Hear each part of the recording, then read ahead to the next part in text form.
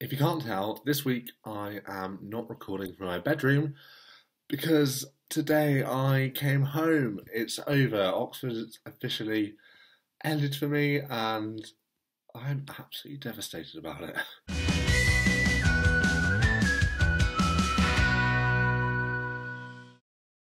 I got back into commentary this morning. I've just been chilling out at home really, as I have been for the past sort of 3 weeks, just chilling in Oxford, which has been really nice.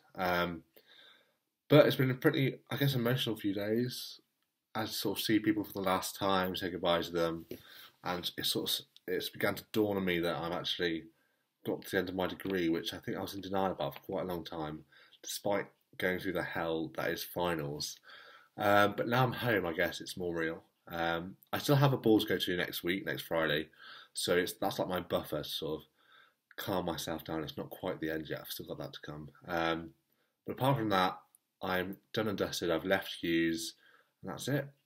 So this video, I wanted to do like an overview of my time at Oxford and look at various aspects of my life there, and tell you guys how I found it and any tips I might have, whether you're coming to Oxford, Cambridge, or anywhere else.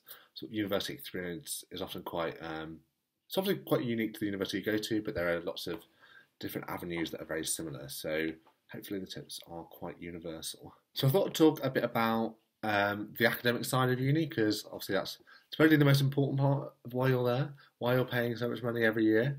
So obviously Oxford and Cambridge is slightly different in the sense that you have a tutorial system. And for my 3 years, I've had a very varied sort of organisation of those. My first year I had tutorials arranged by my college, and I had them with sort of paired up with another college. So that was interesting because I got to see, I was tutored by the same people every week, and I probably had 2 to 3 tutorials a week. I was doing quite a lot of essays for each of those. So that was a lot of work, but the content in first year and what was expected in first year was to a point where it was manageable. And then from second year to third year, my tutorials became departmentally organised, which is quite different from some other courses, but it meant that I got access to the experts in the field, which is like fantastic because you learn the most up-to-date literature from the people that are doing the research at the time, which is absolutely phenomenal. And especially if it's a topic that you're interested in, you can really get excited about it with somebody who's equally as excited about it as well. In terms of exams, I think Oxford is very exam heavy. I know lots of places do a lot more coursework based degrees. I don't think it might necessarily be the same for sort of science subjects, but I know a lot of people that I know at other universities have a lot of coursework they hand in. But here it's still very traditional in the sense that you tend to do the majority of a degree in your exams in third year or fourth year, which some people would like more because they perform better in exams. I'm ambivalent. I think I do like coursework because I feel I can work on it on an extended time frame. But exams are also very good when you finish them. So I think there's pros and cons to both, to be honest. And I think if you are extremely worried about exams to the point where you'd rather not do them at all, perhaps look for a course that is more coursework based. In terms of extracurricular activities, I am a big fan of getting involved with as much as I can. And over the years, I've done lots of different things. I was involved with the Biomed Society, I did cheerleading, I was welfare officer, I learned Arabic. And honestly, I've really enjoyed all of them independently. And I really encourage anybody that is at a university anywhere to make the most of the extracurricular opportunities that are offered to you, because it's such a great chance to meet new people that you wouldn't necessarily know, and to have a great sort of social network that is very beyond your course or your college if you're in a collegiate university.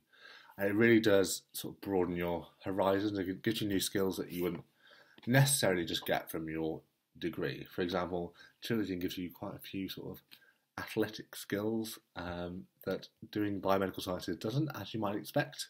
But honestly, it's also a lot of fun, and obviously being at university isn't just about sitting in the library and working every day. It's about making the most of everything and becoming a well-rounded person. I think that's a great way to do it. Quite a few have probably seen the video that I did towards the start of the year in January, where it was sort of a reflection on my first term, Michaelmas, which I felt was very stressful.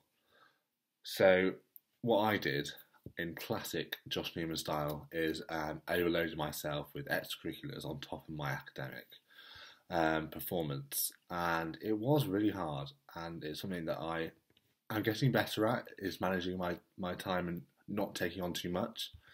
But that's my one piece of advice. Obviously, I really do urge you to get involved with these extracurricular activities, but don't get involved with too much in one go, because it can just get a bit on top of you, and then it stops being fun. And there's no point in doing something for fun if it then stops being fun. Now, moving on to a bit of sort of the social side of university, which I have been enjoying a lot for the past 3 weeks. I have to admit, I've honestly found it to be one of the most welcoming environments I've ever been in. I think that's fostered because of the collegiate system. So obviously, you're in a college, you're surrounded by people, you're literally living with the people in your year, and you get a very community-spirited feel that sort of builds up over time. Obviously, outside of college, there's lots of things to get involved with. So down at the union, they have debates and things. I've been to a few, and they've been really good and great speaker events as well. But on top of that, all the societies have events, whether it's, I don't know, drinks at a cocktail bar, or maybe they go to the board game cafe, or perhaps there's a performance on. Student life is so vibrant and active, and if you want to go and do something, like, there is absolutely something that you can do. And living in a place like Oxford, which is hugely student orientated anyway, the opportunities are on your doorstep, and you just have to go and find them, really. One of the hugely important things I think about being anywhere, especially in somewhere where you are under a lot of pressure quite a lot of the time, like Oxford, is that you have to have downtime away from doing your academic work or your extracurricular work. You need to be able to let your hair down and really sort of enjoy yourself. Finally, I want to talk a bit about what I found less good about Oxford, because obviously I can't always have a great time. I think what I find from talking to a lot of people is Oxford has a lot of amazing times where you feel on top of the world, and it's almost like the price for that is that you do get loads as well. You get really awful loads where you've had 3 essays in a week, you've been in the library every single night until 4 in the morning, and you're absolutely exhausted. And at that point, it's not pleasant. It often brings out anxiety issues that people might not necessarily have if they're at another university. But saying that, I do think that the tides of change are playing, and Oxford is starting to recognise that mental health is a very important thing, and there are a number of student organisations that are campaigning for improved mental health support, even if it's just in terms of low-level anxiety that many of us sort of face every day, and it's becoming more. It's beginning to cater a lot more for that, which is an excellent move, but there is still some way to go. And I'd be very interested to see how that changes over the next few years. So, on the whole, I have thoroughly enjoyed my time at Oxford. I am gutted that I've finished. I mean, obviously, I'm so pleased to be done with finals, but I'm going to be very sad to be leaving all my friends, leaving what's become my home for the past 3 years. But the future is hopefully bright, and, well, following results day next week, hopefully I will be off to Cambridge in October, and I guess it's not that much of a big change, so I shouldn't feel too scared about the future, I guess, but it is sad to be leaving, and I have really enjoyed doing these videos for the past year, and I hope they've come in handy. I don't know. It's difficult to tell when you're the one making them. But I wish anybody who's watching this all the best for the future. And maybe you'll see me soon. I don't know.